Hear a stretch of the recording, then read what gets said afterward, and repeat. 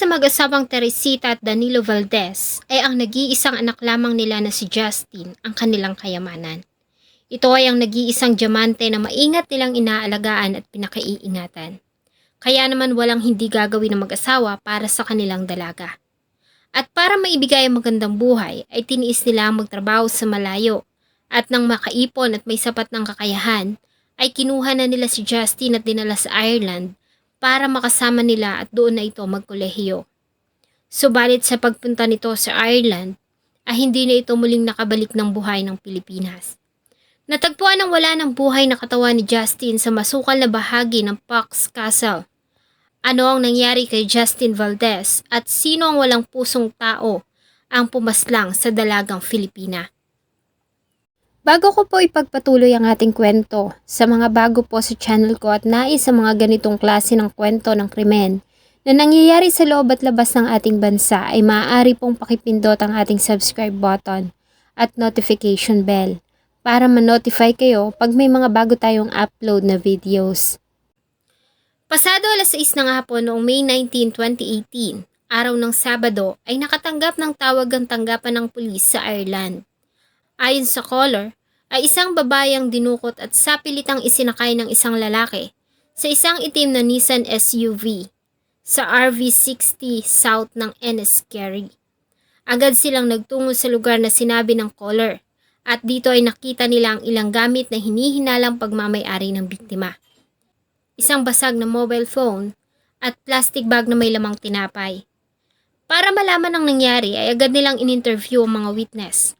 Ayon sa isang ginang na si Susan Forsyth, ay nagmamaneho siya sa kahabaan ng RV60 road nang mapansin niya ang isang itim na Nissan SUV na huminto sa gitna ng kalsada.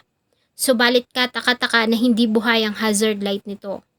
Maya-maya pa ay nakita niya na bumaba ang isang lalaki at sapilitang isinakay ang isang dalaga sa likuran ng sasakyan. Nakita niya mula sa bintana ang pagsisigaw nito at pagwawala, kaya sigurado siya na may mali. Maya-maya pa ay mabilis nang pinatakbo ng lalaki ang Nissan, papalayo. Huminto naman siya sa gilid ng kalsada at agad na tumawag sa emergency hotline na 999. Isa pang testigo ang tumawag sa mga pulis makalipas ang 10 minuto. Ayon kay Garrett Thompson, ay galing siya sa Bray at nagmamaneho sa direksyon ng N11, isang major na daan sa kahabaan ng East Coast ng bayan ng Dublin at Wexford. Habang nagmamaneho ay napansin niya ang isang itim na Nissan SUV sa kanyang harapan at isang dalaga ang nakita niya sa niyon sa likuran. Hindi niya naririnig ang sinasabi nito, subalit alam niya na humihingi ito ng tulong habang nakataas ang dalawang kamay na kumakaway sa kanya.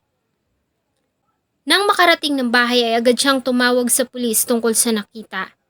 Dahil dito ay sigurado ang mga pulis na kailangan ng dalaga ng tulong.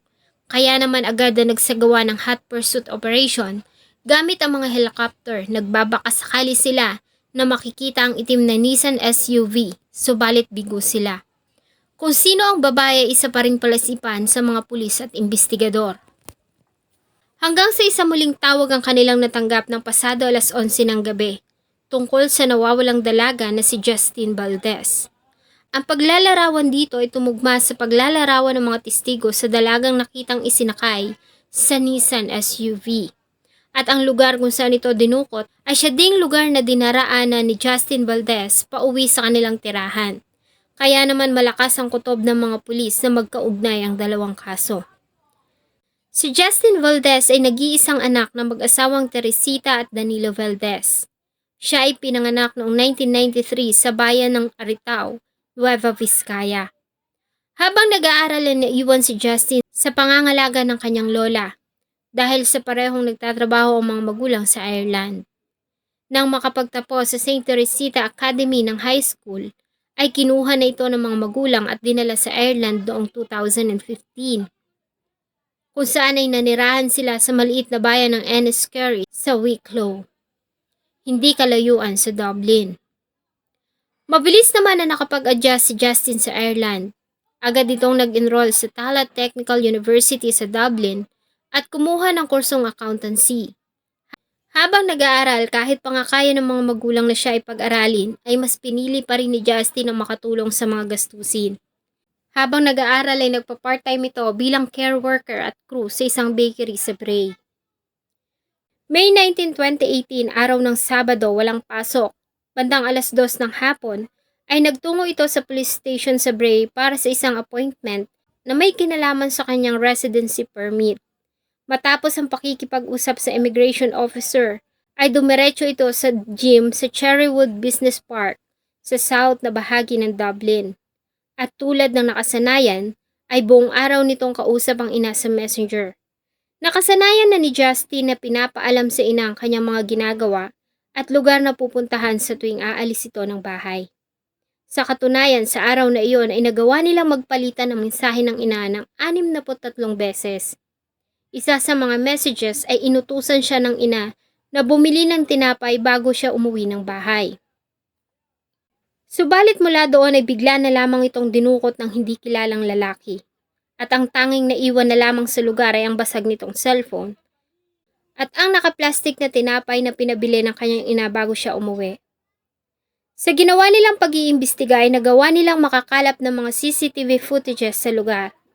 At dito ay nagawa nilang makuha ang plate number ng nasabing sasakyan.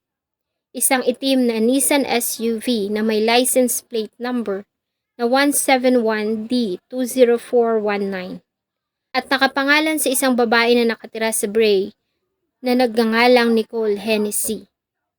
Agad nilang pinuntahan ang nasabing babae at base sa statement ng ginang ay kanila nga ang nasabing sasakyan.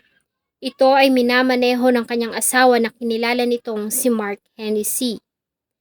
Si Mark Hennessy ay pinanganak noong 1977 at nagtatrabaho bilang banksman o sila yung mga taong may mga hawak na watawat at nagbibigay ng signal sa mga sasakyan pag may ginagawang kalsada o gusali. Siya at ang asawang si Nicole ay may 2 anak na puro babae. Ang bunso ay 8 buwan pa lamang nang mangyari ang krimen. Ayon sa asawa ay maaga itong malis ng bahay noong May 19, 2018 para pumasok sa trabaho at umuwi lamang ng bahay ng 3:00 ng hapon. Subalit muli ring umalis ng pasado 5:00 ng hapon. Nagpaalam ito na iinom sa isang local pub. Subalit hindi na ito umuwi ng bahay mula noon.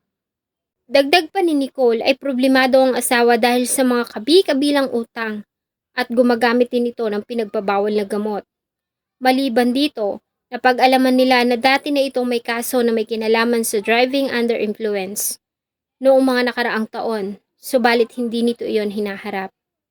Agad na nagpatawag ng media ang mga pulis ng Ireland para sa isang press conference. Dito ay dinitalye nila ang pagkawala at pagdukot kay Justin Valdez. Nakiusap sila sa lahat ng netizens na makipagtulungan sa paghahanap. Ibinahagi din nila sa publiko ang larawan ni Justin, ang sasakyan na Nissan SUV, at ang larawan ng driver nito na si Mark Hennessy. Matapos ang press conference, ay marami sa mga netizens ang tumulong sa paghahanap sa sasakyan.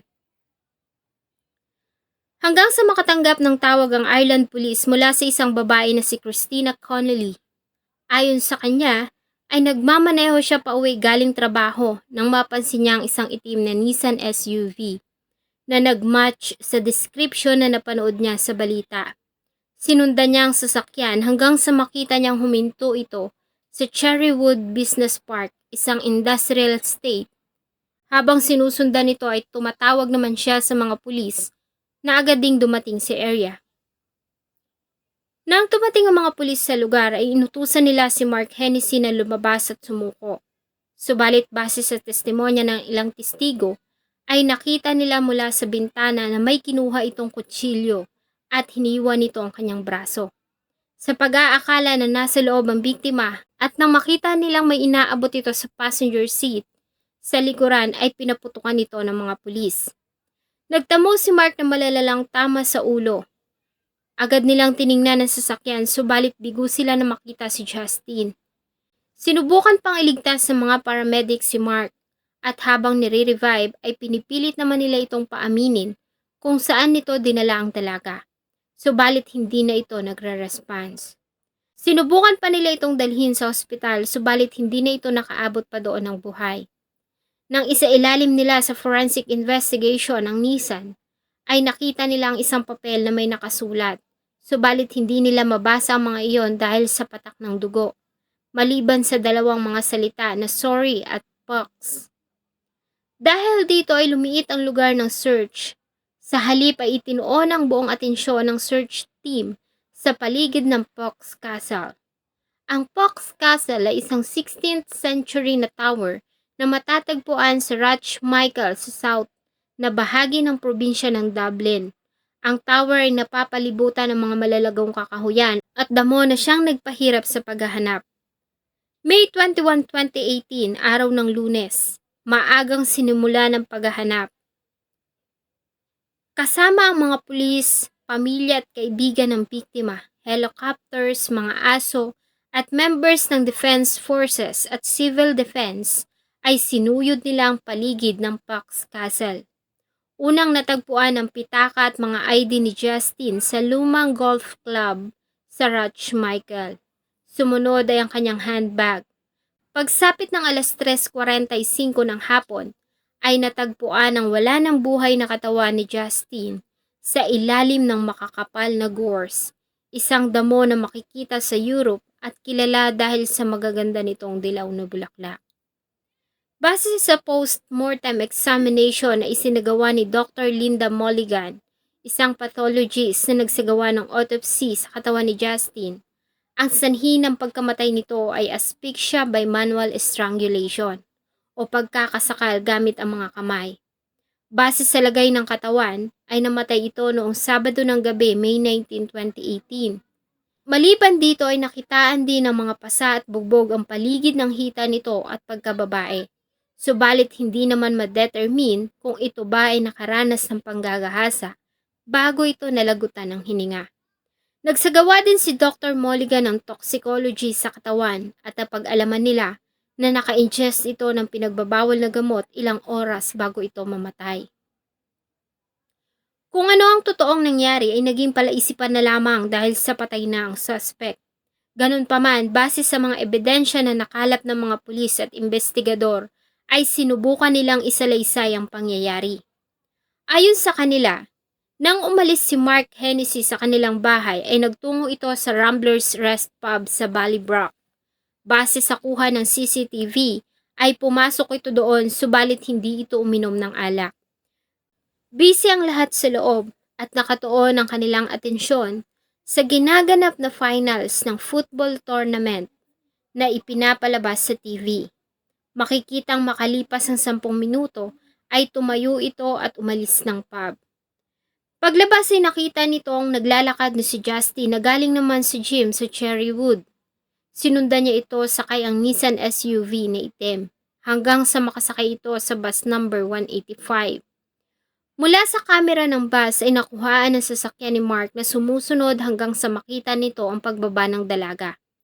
At nang makakita ng pagkakataon ay dito niya na ito sapilitang isinakay sa kanyang sasakyan at dinala sa masukal na bahagi ng Pox Tower, kung saan ay sapilitan niya itong pinagamit ang pinagbabawal na gamot bago ito pinagsamantalahan at pinatay.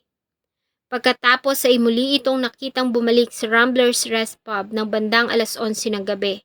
Nakipagkwentuhan lamang ito sa ilang mga customers doon, subalit hindi uminom ng alak bago ito umalis. Mula doon ay walang nakakaalam kung saan ito pumunta, hanggang sa mamataan na lamang siya ng isang testigo sa industrial state kung saan siya nabaril ng mga pulis. Ang katawan ni Justin ay iniuwi ng kanyang mga magulang sa Pilipinas, kung saan siya ay inilibing sa kanilang bayan sa Aritao, Nueva Vizcaya.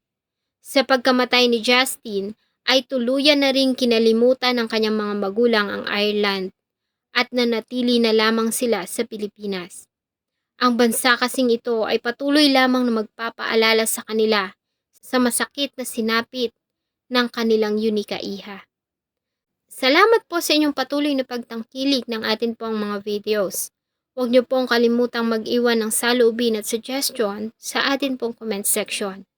Sana po ay samahan niyo po akong muli sa susunod pa nating mga episodes. Thank you so much po and see you in my next video.